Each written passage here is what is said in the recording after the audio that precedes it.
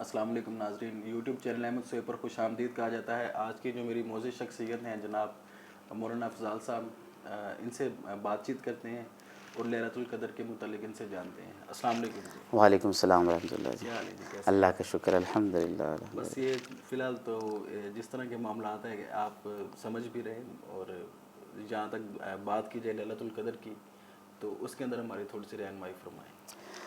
نحمدہ و نصلی علی رسولہ الکریم، اما بعد، فاعوذ باللہ من الشیطان الرجیم، بسم اللہ الرحمن الرحیم۔ انا انزلناہ فی لیلۃ القدر وما ادراک ما لیلۃ القدر، وقال النبی صلی اللہ علیہ وسلم من قام فی لیلۃ القدر ایمانا واحتسابا غفر لہ ما تقدم من ذنبہ او کما قال علیہ السلام۔ لیلۃ القدر اصل اللہ رب العزت نے جناب رسول اللہ صلی اللہ علیہ وسلم کو تمام انبیاء کا سردار بنایا، اور آپ علیہ الصلوۃ والسلام کی برکت سے اس امت کو تمام امتوں کا سردار بنایا۔ جناب رسول اللہ صلی اللہ علیہ وسلم کو اللہ نوازنا چاہتے ہیں، اور آپ کے صدقے اس امت کو بھی نوازنا چاہتے ہیں۔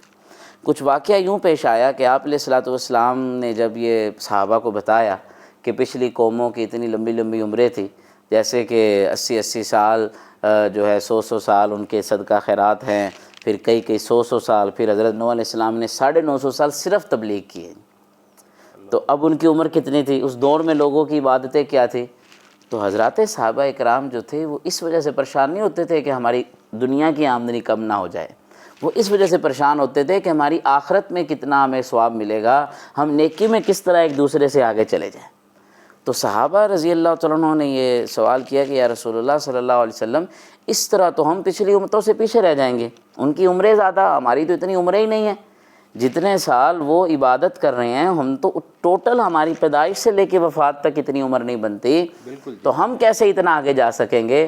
تو جبرائیل اترے جناب رسول اللہ صلی اللہ علیہ وسلم کو یہ وحی لے کے کہ انا انزلناہ فی لیلۃ القدر، کہ بے شک اس میں ہم نے قرآن کو نازل کیا ہے اس کے، اور قرآن کو نازل کرنے کی وجہ سے اس رات کو اللہ نے بڑھایا ہے، اور اتنا بڑھایا اس کی فضیلت کو آپ کیا سمجھو، وما ادراک ما لیلۃ القدر، آپ تو ادراک ہی نہیں کر سکتے کہ لیلۃ القدر ہے کیا۔ یہ قدر کی رات ہے نا، قدر تو ہم اردو میں بھی بولتے ہیں کہ جی تمہیں اس چیز کی قدر نہیں ہے، اس چیز کی کیا قدر ہے، تو اس لیلۃ القدر کی اتنی اللہ نے قدر رکھی ہے کہ آپ اس کا ادراک ہی نہیں کر سکتے۔ یہ نہیں کہا کہ تم جانتے نہیں ہو، یہ نہیں کہا کہ تمہیں علم نہیں ہے، کہا ہے تم اس کا ادراک، تم فہم ہی نہیں کر سکتے کہ اللہ اس کو کتنا اوپر کرتے ہیں۔ خیر من الف شہر، 1000 مہینوں سے افضل ہے۔ اب یہ نہیں کہا کہ 1000 مہینے اصل جو 1000 مہینے کے بعد ختم، نہ، جتنی تمہاری نیت ہوگی، جتنی تم کوشش کرو گے، جتنا تم گوڑ ڈالو گے، اللہ تمہیں ایک رات کی عبادت کا ثواب اتنا دیں گے کہ ہزاروں مہینوں سے تمہیں افضل ثواب مل جائے گا، کہ وہ جو ساری زندگی عبادت کر کے اتنی عمر ان کی بنی، تم ایک رات کی عبادت سے ہزاروں مہینے ثواب کما سکتے ہو۔ اور تمہاری عمر اگر 20 سال عبادت کی نکلی، ابتدائی 20 نکال دو، 40-50 سال تمہاری عمر بنی تو 30 لیلۃ القدر آئی، تو اب 30 لیلۃ القدر کو ضرب دے کے کہ کتنے سال میں وہ عبادت میں ان سے آگے بڑھ گئے، تو صحابہ کو سکون ہوا کہ ہم بھی عبادت میں آگے جائیں گے۔ اور پھر قرآن نے اس کے بڑے فضائل بیان کیے کہ اللہ کے عرش سے فرشتے اترتے ہیں، جبرائیل اترتے ہیں، خاص اس رات کے اندر اترتے ہیں، تنزل الملائکہ، فرشتے نازل ہوتے ہیں، والروح، اور جبرائیل علیہ السلام، اور سلامتی ہے، اور جبرائیل علیہ السلام پھرتے ہیں مسجدوں میں جہاں لوگ عبادت کر رہے ہوں، اور ان کے اوپر اللہ کی خاص رحمتیں ہیں، ویسے بھی عام معافی ہے، اور اس رات بہت زیادہ ثواب انسان کا بڑھا دیا جاتا ہے۔ اور آپ علیہ الصلوۃ والسلام نے فرمایا من قام فی لیلۃ القدر، بخاری شریف کی حدیث ہے، من قام فی لیلۃ القدر، جو قیام کر لے لیلۃ القدر کے اندر، اللہ اس کے سارے اگلے پچھلے گناہ معاف فرما دیتے ہیں۔ اب علماء نے لکھا کہ اب یہ نہیں ہے کہ ساری رات قیام کرے تو قیام ہے، اصل تو ہمیں ساری رات بھی عبادت کرے تو کوئی مشکل نہیں ہے۔ 14ویں صدی کے مجدد حکیم الامت حضرت مولانا اشرف علی تھانوی رحمۃ اللہ علیہ فرمانے لگے اگر ساری رات بھی جاگنا پڑے تو کوئی پریشانی نہیں ہے، کہ دکاندار لوگ سیزن کی راتوں میں ساری رات نہیں جاگتے، یہ تو دیکھو ثواب کتنا مل رہا ہے۔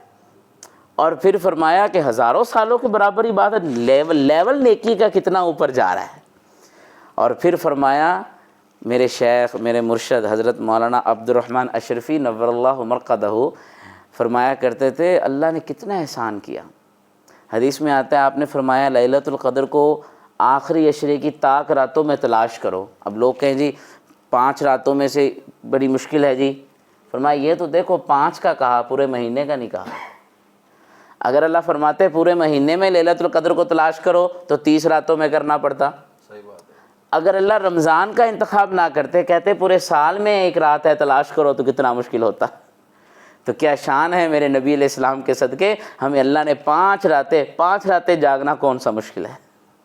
عاشق تو محبوب کے عشق میں ویسے ہی جاگتا ہے، اور روزہ تو ویسے ہی محبت الہی کی پہلی منزل ہے، کیونکہ اللہ فرماتا ہے یا ایھا الذین آمنوا، اے ایمان والو تم پہ روزے فرض کیے گئے. اور ایمان والے وہ ہوتے ہیں والذین آمنوا اشد حبا للہ، جو اللہ سے سب سے زیادہ محبت کرتے ہیں. تو محبت میں انسان اتنا ہی نہیں کر سکتا. یہ تو دیکھے کہ اس کے بدلے مل کیا رہا ہے، وہ جنت کے نظارے، وہ اللہ کا قرب، اللہ کی محبت، اور اس کے بدلے دوزخ سے چھٹکارا آ رہا ہے. حضرت فرماتے تھے مولانا الیاس رحمۃ اللہ علیہ تبلیغی جماعت کے بانی، حضرت فرمایا کرتے تھے جب کوئی نیکی کرتے سوچو تو یہ دیکھو اس کے بدلے مجھے مل کیا رہا ہے. فضائل کے استحضار سے نیکی کرنی آسان ہو جائے گی. اور پھر لیلۃ القدر کی عبادت کا ثواب، لیلۃ القدر کی تلاوت، لیلۃ القدر کی دعا. صحابہ تو بھائی ساری رات جاگا کرتے تھے، اولیاء اللہ تو ساری رات. ہم نے دیکھا اپنے اکابر کو کہ وہ اس رات کو کتنی اہمیت دیتے ہیں، اس رات میں کتنے اعمال کرتے ہیں. 4 چیزیں، تلاوت، ذکر، نوافل اور دعا. یہ 4 کام میرے نبی علیہ السلام ہر رات کیا کرتے تھے. اور شب قدر کی راتوں میں تو ساری رات اعتکاف جو ہے، آپ علیہ السلام نے اعتکاف فرمایا وہ اسی رات کو تلاش کرنے کے لیے کہ جب مسجد میں رہے گا تو عبادت ہی کرے گا. تو اعتکاف کے اندر رات مل گئی، 5 میں سے کوئی تو ہے نا. اب پھر جب مسجد میں ہوگا تو مسجد اعتکاف میں تو سونا بھی عبادت ہے. اچھا پھر عجیب بات، اب کوئی کہے جی میں ساری رات نہیں جاگ سکتا، تو اللہ نے فرمایا رات کسے کہتے ہیں؟ تو اسی سورۃ قدر میں فرمایا اب رات شروع ہوتی ہے غروب آفتاب کے وقت، کہ جب ہم روزہ افطار کرتے ہیں تو رات شروع ہو جاتی ہے. رہتی کہاں تک ہے؟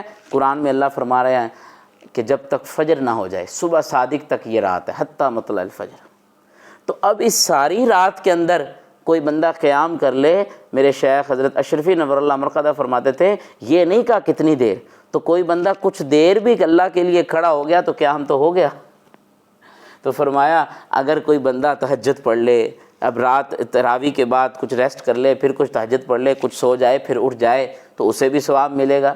اور کوئی اور بھی کمزور ہے، کہتا ہے یہ بھی نہیں کر سکتا، تو ابھی جیسے 27ویں کی رات آنے والی ہے، مغرب نماز جماعت کے ساتھ پڑھے تو مغرب جو ہے وہ سورج غروب ہونے کے بعد ہے نا، رات کی نماز ہے، تو لیلۃ القدر میں قیام ہو گیا کہ نہیں؟ بالکل ہو گیا. پھر عشاء کی نماز جماعت کے ساتھ پڑھی، تراویح جماعت کے ساتھ پڑھی، قیام ہو گیا کہ نہیں؟ پھر رات جو ہے سحری کر رہا ہے، سحری بھی عبادت ہے. پھر آپ علیہ الصلوۃ والسلام نے فرمایا کہ جو فجر جماعت کے ساتھ پڑھ لے، عشاء جماعت کے ساتھ پڑھ لے، ساری رات عبادت کا ثواب مل گیا. تو کون ہی ایسا ہے جو بدبخت ہی ہوگا جو اس رات میں فائدہ نہ اٹھا سکے؟ اللہ تو اتنا عام بانٹ رہا ہے. کون ہے جو سست جو پھر بھی اس کو سو کے گزار دے، اور ان نمازوں کو ہی اگر جماعت کے ساتھ پڑھ لے تو لیلۃ القدر کو اسے ثواب مل جائے گا. اور پھر لیلۃ القدر میں عام معافی کا اعلان ہے.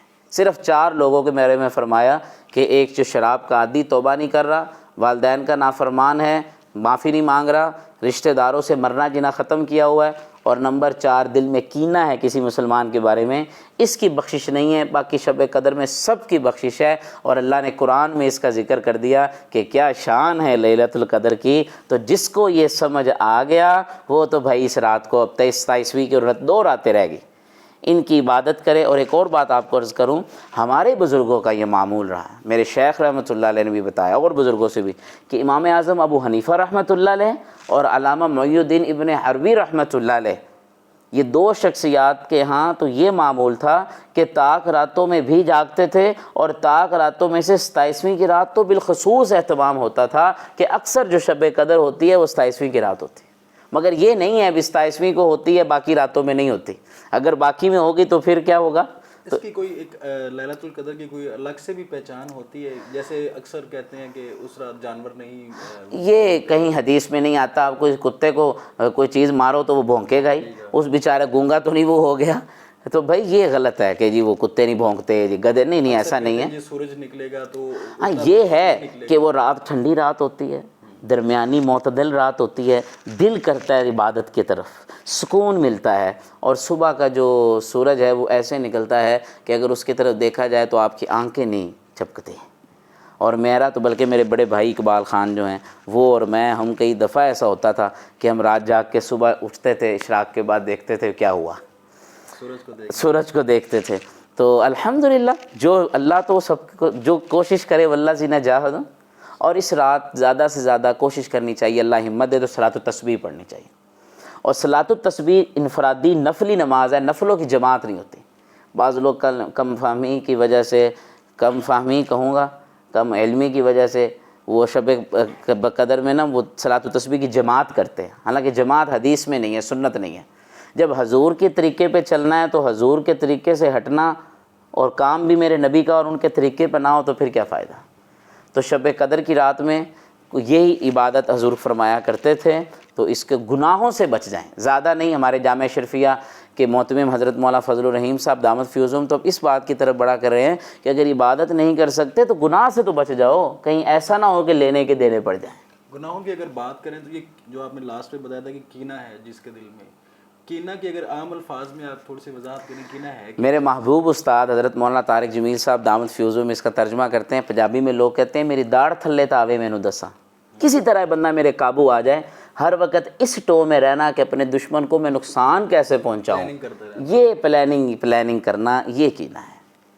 اس سے چھوٹا لیول بغض کا ہے، ویسے بغض بھی بہت بری چیز ہے، مگر بغض کے بعد یہ کینہ کی طرف جاتا ہے انسان، اور اس رات میں کینہ دل میں رکھنے والے کی بخشش نہیں۔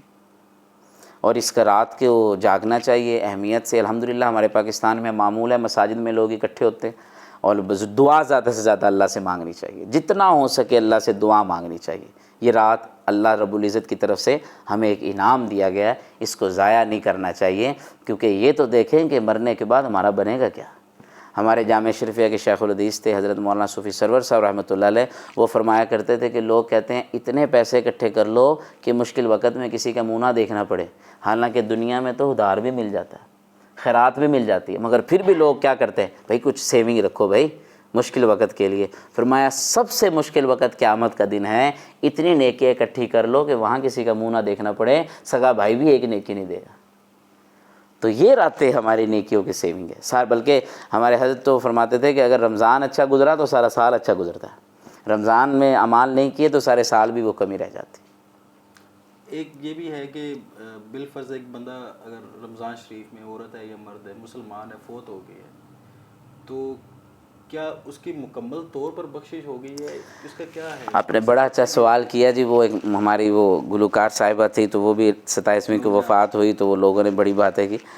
آپ کو عجیب بات سناؤں، یہ جو حدیث ہے مشکات شریف میں کہ آپ علیہ السلام نے فرمایا کہ جمعرات کی موت ہو، جمعے کو جنازہ ہو، اس طرح شب برات ہے، یہ جتنی فضیلت کی راتیں ہیں، میرے محبوب استاد جامعہ شریفیہ کے محتمم پہلے رہے، وفات پا گئے، حضرت مولانا عبید اللہ صاحب رحمۃ اللہ علیہ، بڑے عالم تھے، تقریباً 60 سال جامعہ شریفیہ کے محتمم رہے ہیں، 95-96 سال کے انہوں نے وفات ہوئی ہے، اور جس سال وفات ہوئی ہے اس سال بھی سبق اپنا پورا پڑھایا تھا حاوی شریف کا، اور صحت عافیت کے ساتھ۔